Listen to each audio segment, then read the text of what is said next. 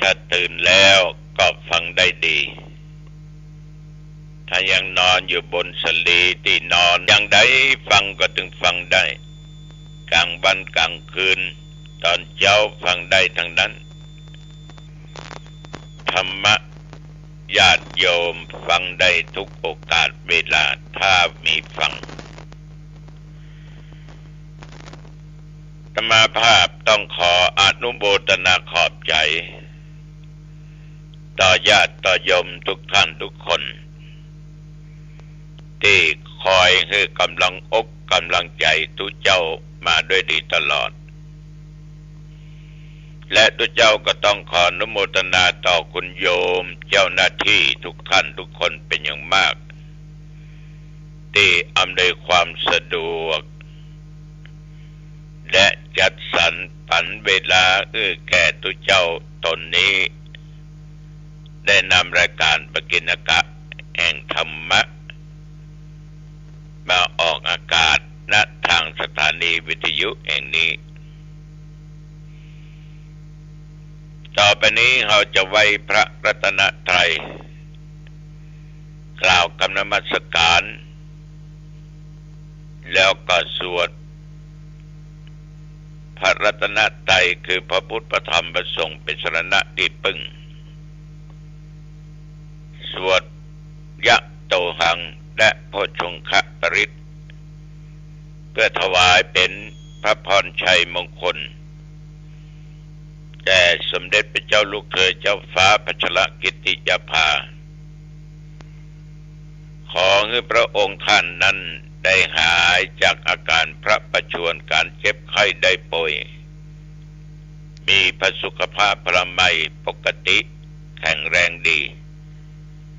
มีพระชนมายุยิ่งยืนนาน120 พระพรรษายิ่งขึ้นไปตั้งใจเนอะญาติโยมตั้งใจไหว้พระรัตนตรัยกันได้ณบัดนี้อะระหังสัมมาสัมพุทโธภควาพระผู้มีพระภาคเจ้าเป็นพระอรหันต์ดับเพลิงกิเลสเพลิงทุกข์สิ้นเชิงตรัสรู้ชอบได้โดยพระองค์เองพุทธังภวันตังอภิวาเทมิ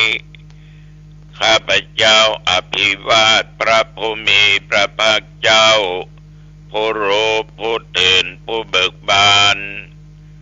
กราบพระพุทธสวากขาโตภควตาธัมโมพระธรรมเป็นธรรมที่พระผู้มีพระภาคเจ้าตรัสไว้ดีแล้วธัมมังนัมสสามิข้าพเจ้านมัสการพระธรรมกราบพระธรรมสุปฏิปันโนภควโตสาวกสังโฆพระสงฆ์สาวกของพระผู้มีพระภาคเจ้าปฏิบัติดีแล้วสังฆังนัมมามิข้าพเจ้านอบน้อมพระสงฆ์กราบพระสงฆ์นะโมตัสสะภะคะวะโตขอนอบน้อมแด่พระผู้มีพระภาคเจ้าพระองค์นั้นอะระหะโตซึ่งเป็นผู้ไกลจากกิเลสสัมมาสัมพุทธัสสะตรัสรู้ชอบได้โดยพระองค์เองนะโมตัสสะภะคะวะโตขอนอบน้อมแด่พระผู้มีพระภาคเจ้าพระองค์นั้นอะระหะโตซึ่งเป็นผู้ไกลจากกิเลสสัมมาสัมพุทธัสสะตรัสรู้ชอบได้โดยพระองค์เองนะโมตัสสะภะคะวะโตขอนอบน้อมแด่พระผู้มี ภาคเจ้าพระองค์นั้นอรหัตโตซึ่งเป็นผู้ไกลจากกิเลสสัมมาสัมพุทธัสสะตรัสรู้ชอบได้โดยพระองค์เองพุทธังสรณังคัจฉามิธัมมังสรณังคัจฉามิสังฆังสรณังคัจฉามิตุติยัมปิพุทธังสรณังคัจฉามิตุติยัมปิธัมมังสรณังคัจฉามิตุติยัมปิสังฆังสรณังคัจฉามิตติยัมปิพุทธังสรณังคัจฉามิตติยัมปิธัมมังสรณังคัจฉามิตติยัมปิสังฆังสรณังคัจฉามิยะโตหังภะเกเนอริยญาชาติยาชาโตนาปิชานาเมสันเจจาปานังชีวิตาวโรเปตาเตนะสัจเจนะโสติเตโหโตโสติขัพพัชชาโพชังโคสติสังขาโตธัมมานังวิจโย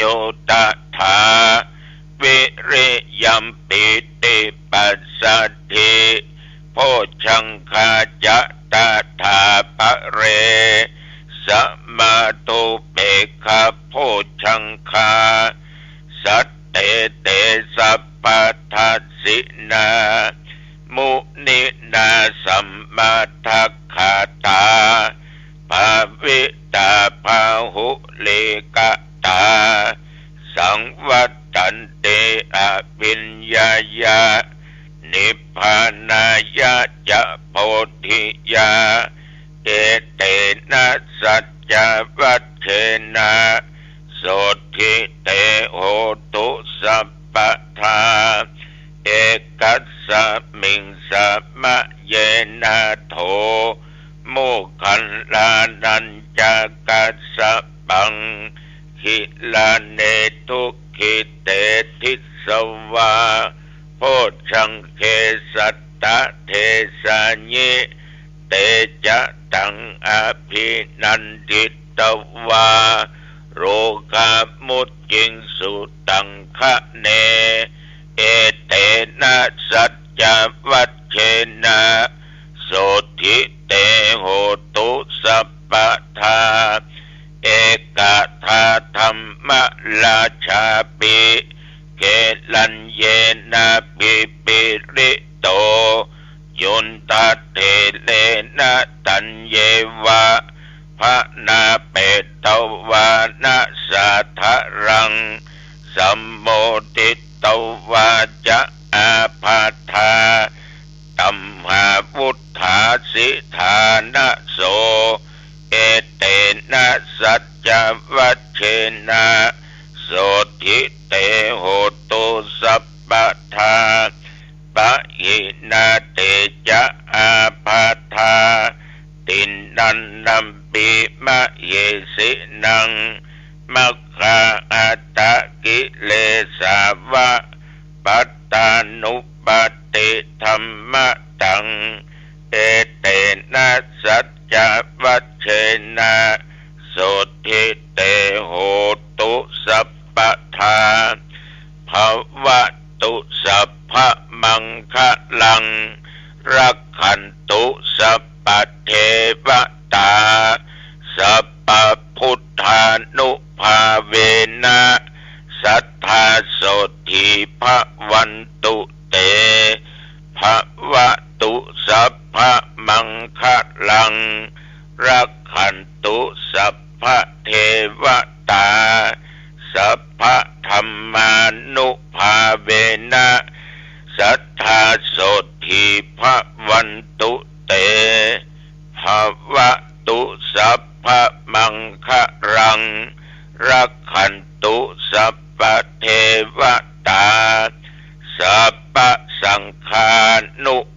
เบนะสัทธาโสธีภวันตุเตขอถวายพระพร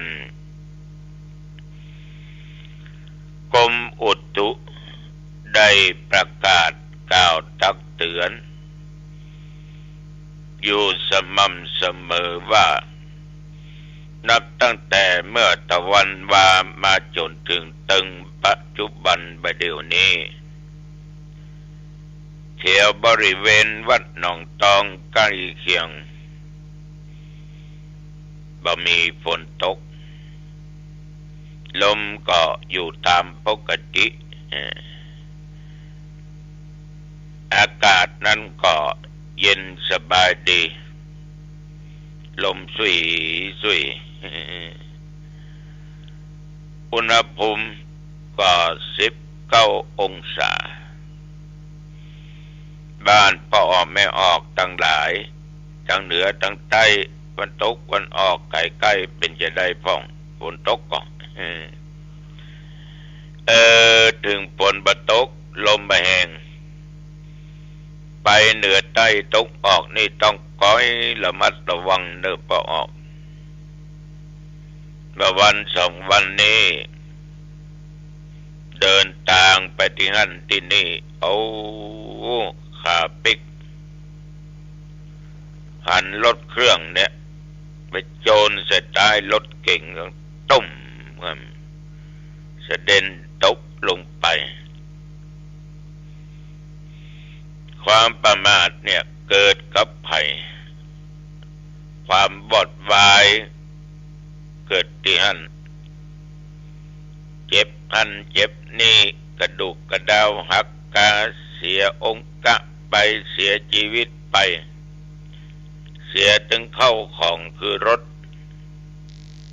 บางครั้งก็ยังเสียเวลาเสียปัจจัยเงินทองด้วยแถมฉะนั้นไปเหนือใต้ตกออกเดินทางไปไกลๆต้องมีสติควบคุมด้านจิตใจไว้ให้ดีก็ออกไม่ออกญาติโยมท่านทั้งหลายเอ่ยคนเฮานี่ถ้าระมัดระวังมันดึงดีกว่าเฮาได้ระมัดระวังแต่บางครั้งบางเตื้อเฮาหาไปทางถูกไม่ได้ประมาทแต่มันถึงคราวต้องเจ็บต้องตายต้องเสียเยอะกว่าหัวรถตรงกันข้ามเขาวิ่งขึ้นเขาวิ่งลงกระโดดข้ามเกาะกลางถนนเสียหลักยังไม่จนเขาจนได้อยู่เนี่ยญาติโยมมันวันแน่วันนอนแต่ถ้าทุกคนตั้งอยู่ในความไม่ประมาทก็จะมีความปลอดภัยมากกว่าท่านทั้งหลายอาตมาภาพต้องขออนุโมทนาขอบใจต่อทุกท่านทุกคนที่ได้ร่วมบุญร่วมกุศลเป็นเจ้าภาพจัดซื้อเครื่องมือการแพทย์เครื่องช่วยหายใจไว้ห้อง ICU โรงพยาบาลหางดงก็ยังต้องการอยู่เนอะญาติโยมเนอะเพราะยังบ่กุ้มยังบ่พอแต่ก็ดีใจที่โยมหมอได้จัดเตียงนอนรองรับผู้ป่วยหนักญาติโยมก็ได้ไปใจบริการกันก็เรียกว่ากลับบ้านไปได้นักก็ดีอกดีใจเพราะได้ดูแลรักษากันเต็มที่ท่านทั้งหลายอาตมาก็ได้หลักขังสักแก่นกว้างสัก12 นิ้วนะจะไปตีสัญญาเวลาทำวัดสวดมนต์เช้าสวดมนต์เย็นที่สถานที่ศึกษาธรรมปฏิบัติธรรมจะไปแขวนไว้ที่กุฏิแล้วก็จะได้ตีเมื่อเช้าตีเมื่อแรง จะได้ตีสัญญาณมันดังก้องไปทุกสารทิศดังถึงเมืองบนเมืองฟ้าดังเผียวข้างล่างปัทวีดังไปทิศเหนือใต้ตกออกบ่ว่าไก่และไก่เสียงระฆังดังแล้วก็จะได้สัญญาว่าจะไหว้พระสวดมนต์เนอฉะนั้นใครมีศรัทธาอยากจะตานระฆังซื้อมาตานได้นะสักกันเดียวแล้วนะ12 นิ้ว12 นิ้วนี่ก็ขอฝากกับป้าออกแม่ออกญาติโยมตัวศพครูบาอาจารย์หลวงปู่ครูบาอินตากตะปุญโยวัชรานั้นวันนี้วันที่22ก็เหมือนเดิมกลางวันก็มีการสวดพุทธมนต์ถวายวัตถุปัจจัยทายธรรมเมื่อค่ำเมื่อคืนก็มีเทศน์มีสวด23อาตมาภาพก็จะไปเทศน์แล้วก็เน้นตุเขาจะไปสวด24จะลากประสาทนกหัสดีลิงไปเผากันที่สนามกีฬาเทศบาลน้ำแพร่คนจะนักเนอะตอนเจ้าสวดพุทธมนต์โอกาสเป็นทานถวายปัจจัยทายทานฉันเข้าแล้วพิจารณาผ้าไตรบังสุกุลได้ก็จัดมีการพระราชทานเพลิงในที่วัดปุ้นก็จะเผากันจริงเมื่อถึงเวลาสมควรก็ลากประสาทนกหัสดีลิงที่รองรับสรีระร่างกายของหลวงปู่ครูบาอินตากตะปุญโยนี่ก็จริงแจ้งญาติโยมท่านทั้งหลายรับทราบชีวิตของมนุษย์ของคนเฮาเนี่ยญาติโยมบางครั้งเป็นลูกเป็นหลานเป็นเพื่อนพ้องเป็นญาติเดียวกันอู้กันง่ายบางเตื้อก็อู้กันยากเขาจังมักอู้จากันว่ายากสอนยากว่ายากสอนยากว่าอย่างบ่ค่อยฟังนี่นะมันมีกรรมหนึ่งเด้อญาติโยมจะไปเอาอดีตมาอู้ละอ่อนยุคปัจจุบันถ้าเว้นได้เว้นได้ยินครูบาอาจารย์ตุเจ้าบางตนเดือดเน้นเดือดลูกศิษย์ลูกหาเดือดตุเจ้าหนุ่มตุเจ้าน้อยไม่ใช่แต่ว่าดีนะมันดีคิงเขานี้เหลือเหืออย่างว่าฟังว่าเชื่อขอโทษว่าเหมือนเขาสมัยก่อนไม่ใช่ยังสู่เขาปล้ำเหลือหวังดีก็ดีถูกก็ถูกแต่มันบ่ถูกกาลเวลามันสมัยก่อนนั้นน่ะเขาก็ตึงบ่ฮู้เขาก็ตึงบ่หันตามเดียวหออายุ60 70 80อะไรเงี้ยมันผ่านมาเป็น50 ปี60 ปีมันมีการเปลี่ยนแปลงแบบว่าบ้านเมืองถนนหนทางเทคโนโลยีมันเปลี่ยนแปลงหมดการศึกษาเปลี่ยนแปลงหมดบางครั้งเขาก็ไปเรื่องตะก่อนมาบอกให้เขาถ้าเขาตั้งใจฟังถามว่ามันเป็นจะได้สมัยก่อนเขาก็ได้อธิบายเขาฟังแต่ส่วนมากมันจะมาถามอันนั้นมาตะก่อนมาต้องมาอ้วสมัยดังไฟโดยรุ่นหลวงก็มันอู้ยากนะตักน้ำบ่อมากินนะเนี่ยฉะนั้นญาติโยมคนเฮาเนี่ยพื้นฐานจิตใจมันแตกต่างกันอันพุทธเจ้าก็จะไปเปรียบเทียบเหมือนดอกบัวสีเหล่าใหญ่ไอ้ที่ว่าอย่างมันถึงปังนี่นะ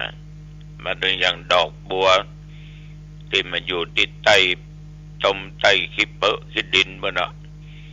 ปทะปรมะบุญยากน้อยอันนี้แต่เปิ้นก็บอกว่า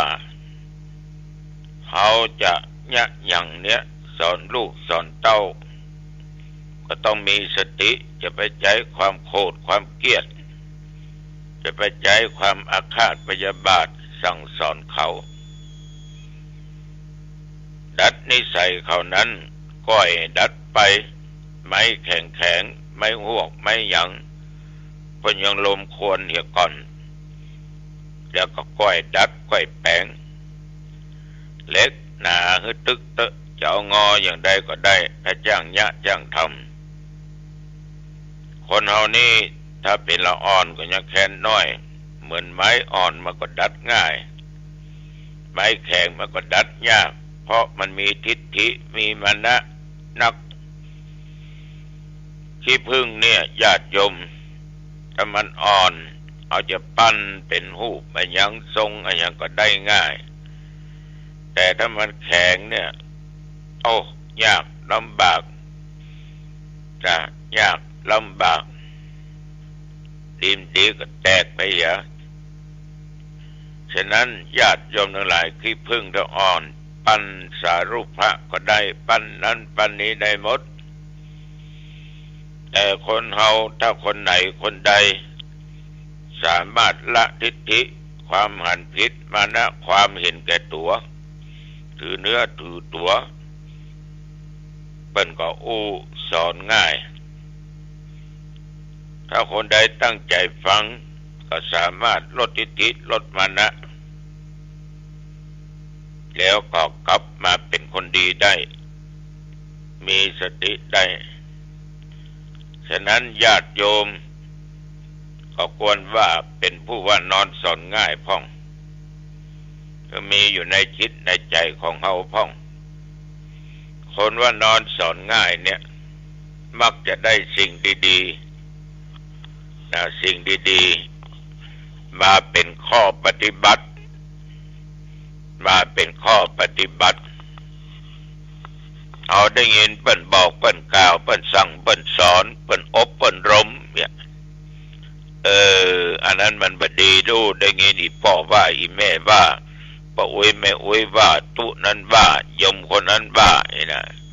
อันบ่ดีเขาก็มาทำละเพราะมันไม่ดีเนี่ยแต่ที่ให้ต้องเสียคนเสียนั้นเสียนี้เอากลับมาเสียเพราะฟังคำสั่งคำสอนอันนี้ตัวเจ้าวัดหนองตองก็ขอ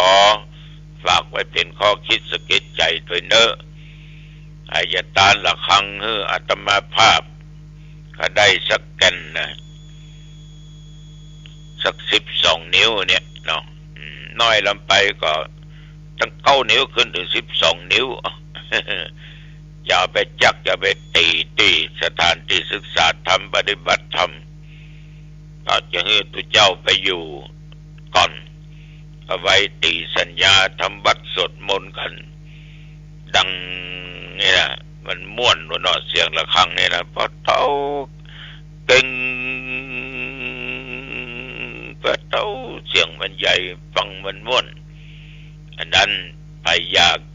จะเป็นเจ้าภาพจะตานก็มาตานได้เนอะแต่โทรมาบอกทุลุงก่อน0819503471เอาละวันนี้